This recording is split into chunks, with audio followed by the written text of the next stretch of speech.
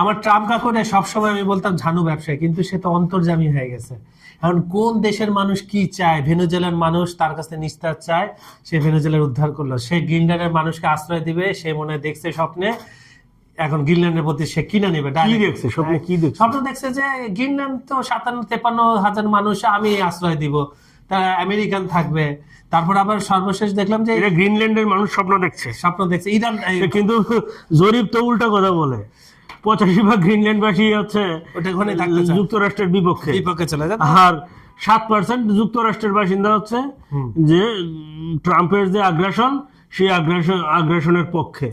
আপনার ট্রাম্প খুব বড় পুলিশের হেড অফিস হয়ে গেছে এখন। সে একদম পুরা ট্রাফিক সিগন্যাল টিগন্যাল বাজার, যত বিশৃঙ্খল যেসব দেশে আছে সবকিছু সুন্দরভাবে ঠিক করার চেষ্টা করছে। সেটা বলে দিয়েছে, ভাই আন্তর্জাতিক আইন আমি মানবো না, I am the super power. বলেন এখন কি বলে আপনার? যে ভালো সুপার পাওয়ার হওয়া ভালো। হ্যাঁ, এখন যেটা হচ্ছে দেখেন যে এই যে ট্রাম্প যে দিকে যাচ্ছে, তার যে দিকে নজর, সেটাতে কি হলো আসলে? আন্তর্জাতিক যে ব্যবস্থা, দ্বিতীয় বিশ্বযুদ্ধের পর গড়ে ওঠা আন্তর্জাতিক যে বিশ্ব ব্যবস্থা, সেই বিশ্ব ব্যবস্থা দুর্বল হচ্ছে, এবং সেটা ট্রাম্পের এই জায়গায় এসে নাজুক পরিস্থিতি সৃষ্টি করছে। শুধু তাই না, তৃতীয় বিশ্বযুদ্ধের ইঙ্গিত দিচ্ছে। সোজাসুজি বলেন যে বুড়ো আঙুল দেখাচ্ছে ট্রাম্প আন্তর্জাতিক ব্যবস্থা। আমার আঙুল নিয়ে কেন? আমি কিন্তু স্বপ্ন দেখি, হ্যাঁ, আমি কিন্তু এই স্বপ্ন দেখি না আমরা কখনো ইউএসবি হয়ে যাব। ইউএসবি মানে বুঝতে পারছে, ইউএস এর বিরুদ্ধে না, ইউনাইটেড স্টেট অফ বাংলাদেশ। বাংলাদেশের মানুষ কখনো এই স্বপ্ন কিন্তু দেখে না। সো আপনি যত স্বপ্নই দেন, এই স্বপ্নটা দেখতে দেখেন না। কিন্তু বাংলাদেশের মানে ইউনাইটেড স্টেট অফ নোয়াখালী কিন্তু দেখে, বরিশালে দেখে। ঠিক আছে। আচ্ছা যাক, এখন বলেন কি অবস্থা আসলে? এখন যেটা বলতেছিলাম যে দেখেন, এই যে আমি এই কিছুদিন যাবতই যে কথাটা বলতেছিলাম যে এখন শক্তিই সব। এখন যে এক কথায় যদি আমি বলি, মাদুরোকে অপহরণ করার মাধ্যমে প্রমাণ হলো তো শক্তিই সব।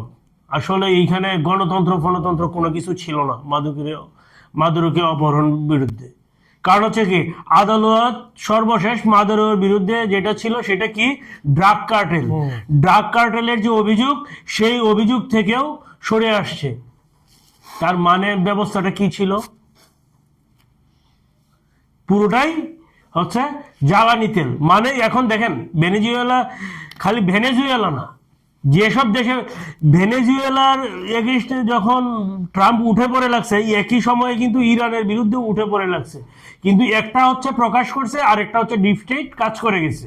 এখন ট্রাম্পের যে কথা যে মূল তেল আগে, সার্বভৌমত্ব পরে, এর মানে কি বোঝা যায়? যে গণতন্ত্র ছিল এখানে?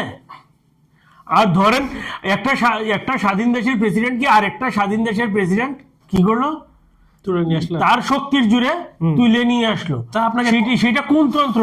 এটা খুব ভালো তন্ত্র, কারণ আপনাকে দাওয়াত দিচ্ছে, আপনি জানেন আপনাকে তুলে নিয়ে যাবে। ট্রাম্প তো সবাইকে অনেক বেশি ভালোবাসে, এটা আপনাকে বুঝতে হবে। সেই গ্যারান্টিটা তারা আজকে চাইলেই কালকে শেল যায় বা একজন মোবিল যায় বা ইসে যায়, ওরা যায় কালকেই তেল তুলতে পারবে না। এটা 5-7 বছর লাগবে। এটা তো আপনার সময়ের বিষয়। একটা কূপ খনন করতে হবে, একটা চেইন তৈরি করতে হবে, সেইখানে উৎপাদন, টেস্টিং, সবকিছু শেষ। নিরাপত্তা সবচেয়ে বড় জিনিস হচ্ছে নিরাপত্তা। এখন তো বিভিন্ন ছোট, এখন দেখেন ভেনেজুয়েলা যে পরিস্থিতি, এটা আমরা খুব সহজেই বলতে পারি যে কি, যে ভেনেজুয়েলায়, হ্যাঁ, যেটা হচ্ছে যে গৃহযুদ্ধ হইতে পারে। গৃহযুদ্ধ এবং ভেনেজুয়েলার মানুষ হচ্ছে কি, যে হ্যাঁ, দেখবেন যে গেরিলা হামলা চালাচ্ছে। গেরিলা হামলা। আপনার কাছে আবার আসবো বাকি অংশটা শুনতে। সুপ্রিয় দর্শক, বিশ্ব সংযোগে আপনাদের স্বাগত। কেমন আছেন আপনারা? নিশ্চয়ই ভালো, আমরাও ভালো আছি। আপনাদের সঙ্গে রয়েছে আমি আজকে কাজল হায়দার, আমার সঙ্গে রয়েছেন সিনিয়র সাংবাদিক বিশ্বজিৎ দত্ত ভৌমিক। আমাদের ভিডিওগুলো সম্পূর্ণ দেখে লাইক, কমেন্ট, শেয়ার করবেন। আর আপনারা পৃথিবীর কোন প্রান্ত থেকে দেখছেন সেটা আমাদের জানাবেন। আপনারা আলোচনা শুরুতে বুঝে গেছেন যে আজকে বিভিন্ন আপনার ভেনেজুয়েলা, গ্রিনল্যান্ড, ইরান, সব পরিস্থিতি কিছু না কিছু ভাবে কিন্তু একই সূত্রে গাঁথা। এই সূত্রগুলো একটা একটা করে আপনাদের সামনে উন্মোচন করছেন দাদা।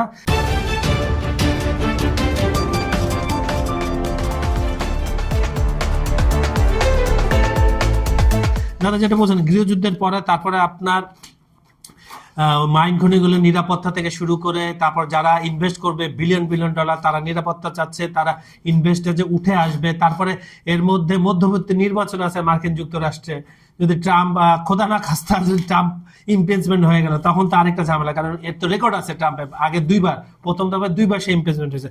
সবকিছু মিলে পরিস্থিতিকে আসলে ঘোলাটে আপনার কাছে তাই মনে হয় ভেনেজুয়েলার? এখন দেখেন একটা জিনিস যে ও আরেকটা যোগ করে দিই, সেটা হচ্ছে চীন এবং রাশিয়ার বিনিয়োগ। এটা নিয়ে সংক্ষেপে একটু বলেন ভেনেজুয়েলা। যে ওই জায়গাটাতে পড়ে আসি, তার আগে যে জায়গাটাতে ছিলাম, যে হুগো চেভেজ ভেনেজুয়েলার অবিসংবাদিত নেতা ছিলেন, তাই তো? জি। সারা জীবন তার যুক্তরাষ্ট্রের বিপক্ষে সংগ্রাম করে যেতে হয়েছে, তাই তো? কিন্তু যুক্তরাষ্ট্র তাকে টলাতে পারেনি। তার উত্তরসূরি তো হচ্ছে মাদুরো। এখন যেটা হচ্ছে যে হঠাৎ করে কেন হুগো চেভেজের নামটা নিলাম সেটা বলি। হুগো চেভেজ একটা কথা বলেছিল, সেই কথাটা কি? ভেনেজুয়েলার তেল এই দেশের জনগণের, ভেনেজুয়েলার গণতন্ত্র এবং সেটাকে কি বলে সার্বভৌমত্ব ভেনেজুয়েলাবাসীর। এখন দেখেন ট্রাম্প কি বলছে, তেল সবার আগে, সার্বভৌমত্ব সবার পরে। মানে কি দেখেন বিষয়টা এই জায়গায় যে ঠেকলো, সেটা কি? যে শক্তি প্রয়োগ করে কোনো দেশের গণতন্ত্র ব্যাহত করে সেইখানে ব্যবসা প্রতিষ্ঠা করা, সোজা হিসাব, ঠিক আছে? মানে কর্পোরেট ভাষায় হ্যাঁ রাষ্ট্র নিয়ন্ত্রণ করা। আমি এই পরিস্থিতিতে এসে একটা নাম সবচেয়ে বেশি আলোচিত, সেটা কে? সেটা হচ্ছে মাচাদু, তাই তো? মাচাদু কি চাইছিল? মাচাদু আহ্বান জানাইছে ট্রাম্পকে মাদুরোকে অ্যারেস্ট করার জন্য। তার মানে সে এখন বুঝেন যে দেশ ধ্বংসের কারিগর কারা হয়? মীর জাফররাই হয়, ঠিক আছে? এবং সে কিন্তু এখনো ভেনেজুয়েলায় ফিরে নাই।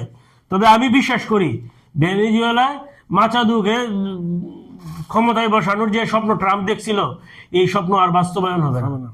ওই স্বপ্ন থেকে অনেক দূরে সরে গেছে মাচাদু, কারণ এখন বিষয়টা ক্লিয়ার হয়ে গেছে।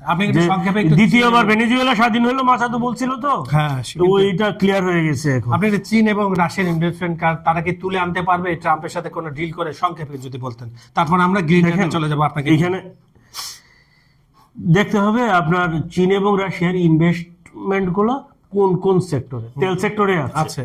এখন দেখেন যে সেক্টরে চীন রাশিয়া আছে, যুক্তরাষ্ট্র নিশ্চয়ই এত কাঁচা কাজ করবে না। কারণ হচ্ছে কেন আমি আপনাকে বলি, আটলান্টিকে যুক্তরাষ্ট্র তো রাশিয়ার হ্যাঁ ফ্লিটের জাহাজ আটকেছে। হ্যাঁ, তা তো এটা রাশিয়ার না, এটা ডার্ক ফিল্ড ছিল। ডার্ক ফিল্ডের জাহাজ আটকেছে। তেলটা কার ছিল? তেলটা তো রাশিয়ার ছিল। তেলটা রাশিয়ার ছিল। তো রাশিয়া কিছু বলে নাই তো? না, এখন পর্যন্ত চুপ। এখন পর্যন্ত চুপটা কামানো বুঝেন তো? হ্যাঁ, ঝড়ের আগে যেরকম গুমোট ভাব থাকে, এখন যেটা হবে রাশিয়া কি করবে জানেন? যেসব সাগরে রাশিয়ার আধিপত্য আছে ওইগুলোতে যুক্তরাষ্ট্র সাইজ করবে। হ্যাঁ, ঠিক আছে, যদি এটা কন্টিনিউ হয়। এবং এবং এবং এইটাই হতে যায়। এখন মূল জিনিস আমি যে জায়গাটাতে আসতে চাচ্ছি আসলে, হ্যাঁ, যে কেন ভেনেজুয়েলার এই পরিস্থিতি, গণতন্ত্র, তেল নিছক ভালো কথা, দেশ শাসন করতে হবে, তাই তো? হ্যাঁ, মানে হচ্ছে কি, আপনি কি বলবেন যে ট্রাম্প দুইটা দেশের প্রেসিডেন্ট, আমেরিকার প্রেসিডেন্ট, ভেনেজুয়েলার প্রেসিডেন্ট, মানে তেলের সাথে দেশ ফ্রি, এই অবস্থা চলে গেছে। তেলের সাথে দেশ, বিষয়টা তা না। ট্রাম্প কাকু অনেক দিন ধরে চিল্লাপাল্লা করে এখন বলছে যে তারা কি চায় না চায় আমি জানি না, গ্রিনল্যান্ড আমার দরকার, আমার নিরাপত্তার জন্য আমি এটাকে নিব। চীন এবং রাশিয়াকে চাপে ফেলার জন্য এটা বলে না, কিন্তু এখানে হচ্ছে নিরাপত্তা কিছু না। এখানে শুনেন, গ্রিনল্যান্ডের খনিজ সম্পদের দিকে নজর পড়ছে ট্রাম্পের। বরফের নিচে কি আছে? হ্যাঁ, জ্বালানি আছে, সোনা আছে, ইউরেনিয়াম আছে, ব্যাস, আর তো কিছু লাগে না। আর কিছু লাগে? বুঝছেন? এখন দেখেন এইখানে উত্তর মেরুতে প্রভাব কার? চীন এবং রাশিয়া। হ্যাঁ, উত্তর মেরু তো আর এরকম না যে বাংলাদেশের নোয়াখালী ডিস্ট্রিক্টের মতো না। সেটার এক সাইডে যদি আমেরিকা কাজ করে তাহলে ওটা টেরও পাবে না। যেমন অ্যান্টার্কটিকায় কাজ করতেছে না, এক সাইডে যুক্তরাষ্ট্র করতেছে, এক সাইডে চীন করতেছে, যদিও যুক্তরাষ্ট্র উদ্বেগ প্রকাশ করে। হ্যাঁ, আর এইটা নিয়ে আবার উদ্বেগ সঙ্গ হচ্ছে, মাঝে মধ্যে বিবৃতি দেয়। আচ্ছা, অন ক্যামেরা আমি আপনাকে একটা ব্যক্তিগত কোশ্চেন, উত্তর দিলে দিতে পারেন। এই যে আমরা পেটের ভর্তি গ্যাস নিয়ে যাচ্ছি, এই গ্যাসগুলোর প্রতি নজর পড়ে না ট্রাম্পের? বায়োগ্যাস এই গ্যাসের প্রতি নজর পড়ে দেখে এই যে ওষুধ কোম্পানিগুলা হচ্ছে আমেরিকা, তাহলে মানে কোথাও ছাড় নাই, আপনি সেটা বলতে চান? ওই যে ওষুধ কিনেন দোকান থেকে, এই ওষুধের কাঁচামাল আসে, আচ্ছা ফর্মুলা আসে, এই হলো গ্রিনল্যান্ডের অবস্থা। এখন এইটা হচ্ছে গ্রিনল্যান্ডের কাহিনী।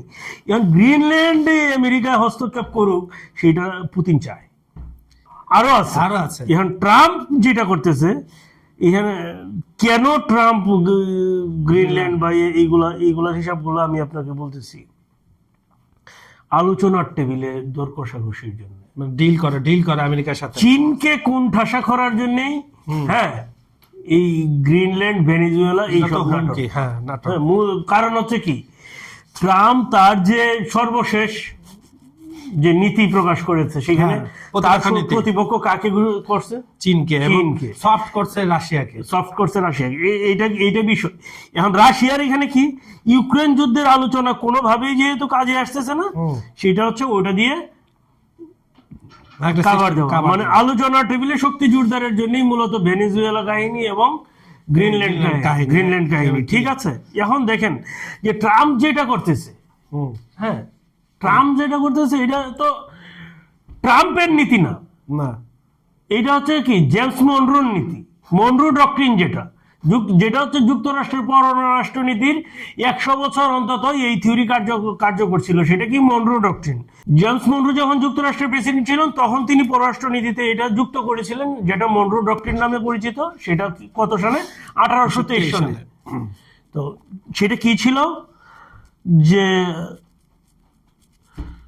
আমেরিকার যত দেশ আছে সবগুলাতে আধিপত্য বিস্তার করবে যুক্তরাষ্ট্র, এবং সেইখানে ইউরোপীয়রা কিছু বলতে পারবে না। যুক্তরাষ্ট্র তার স্বার্থ সবার আগে দেখবে সেইখানে, হ্যাঁ সেইখানে অন্যের বিষয় সবার পরে আসবে। যুক্তরাষ্ট্র তার বাণিজ্যের চিন্তা সবার আগে করবে। ঠিক আছে, ঠিক হিসাব তো ওই দিকেই যাচ্ছে। আমেরিকা ফার্স্ট, হ্যাঁ মেক আমেরিকা 2.0। তো এখন একই দিকে যাচ্ছে। ইরানের বিষয়ে একটু বলে আপনি একটু শেষ করেন আজকে। ইরানে যেটা হচ্ছে, ইরানে একটা জিনিস কিন্তু বের হয়ে আসছে, বুঝছেন? ইরানের এই আন্দোলন পিছনে কে, এটা কিন্তু বের হয়ে আসছে। আমরা নাম বললাম, সেটা হচ্ছে ভালো করে জানেন, যা ইরানের আগে যুক্তরাষ্ট্রপন্থী যে ইরানের পাওয়ার ছিল, রেজা শাহ, সেই রেজা শাহ পন্থীরা মূলত হচ্ছে এই আন্দোলনের কেন্দ্রে। উনি ডাক দিচ্ছেন, আন্দোলনের ডাক দিচ্ছেন। এটা হচ্ছে রেজা শাহ এরা এটা করতেছে, এবং এটার পিছনে কাজ করতেছে সিআইএ, ডিপ স্টেট। ঠিক আছে, এই জিনিসটা কিন্তু চলে আসছে। এইটারে ব্যাকিং দিয়ে দিচ্ছে কে? ট্রাম্প প্রশাসন দিবেই, ধরুন এটা তার জিনিস। আর ট্রাম্প প্রশাসনের সাথে হচ্ছে কে? মধ্যপ্রাচ্যের একটি দেশ। আপনারা বুঝে নাম না বলি, সবার নাম বলতে হয় না। আচ্ছা, ওইদিকে ভাষণের নামটা মুখে আনতে হয় না, ওই আর কি। আবার ওই দেশের প্রধানমন্ত্রীকে, হ্যাঁ ট্রাম্পের প্রতি পাকিস্তানের প্রতিরক্ষা মন্ত্রী চ্যালেঞ্জ করতে যে আপনি যদি পারেন তাহলে ওই দেশটার যে প্রধানমন্ত্রী আছে, যে হচ্ছে মধ্যপ্রাচ্যকে ছাড়খাড় করে দিচ্ছে, হ্যাঁ পারলে তাকে আপনি অপহরণ করুন। ঠিক আছে, এখন সুন্দর অপহরণ নাটক। কারণ ট্রাম্প হচ্ছে খুবই সাদা মনের মানুষ, ওনার কফির দাওয়াতে কেউ যদি রাজি না হয় উনি টুক করে তুলে আনেন। যাক, সে কথা। আমাদের আজকের বিষয় সংযোগ আপনাদের কেমন লাগলো আমাদের একটু জানান তো। আর এখানে যদি আপনারা কিছু জানতে চান সমসাময়িক বিষয় নিয়ে বা পুরাতন কোনো বিষয় নিয়ে হতে, সেটাও আমাদেরকে কমেন্টে জানাতে পারেন। আমাদের ভিডিওগুলো সম্পূর্ণ দেখে লাইক, কমেন্টে শেয়ার করুন। এবং আরেকটি কথা, দেশের বাইরে যে প্রবাসী বাংলা ভাই বোনেরা আছেন, তারা দেশকে খুব মিস করেন, বাংলা ভাষাকে মিস করেন। তারা বিশেষ করে এই ভিডিওগুলো আপনার বন্ধু বান্ধব, আত্মীয় স্বজনের মাঝে ছড়িয়ে দিন। আর আপনারা পৃথিবীর কোন প্রান্ত থেকে দেখছেন সেটাও আমাদেরকে জানিয়ে দিন। আজ এখানেই বিদায় নিচ্ছি, আগামীকাল আবার দেখা হবে। সবাই সুস্থ থাকবেন, ভালো থাকবেন, সবচেয়ে বড় কথা নিরাপদে থাকবেন। ধন্যবাদ সবাইকে। ধন্যবাদ।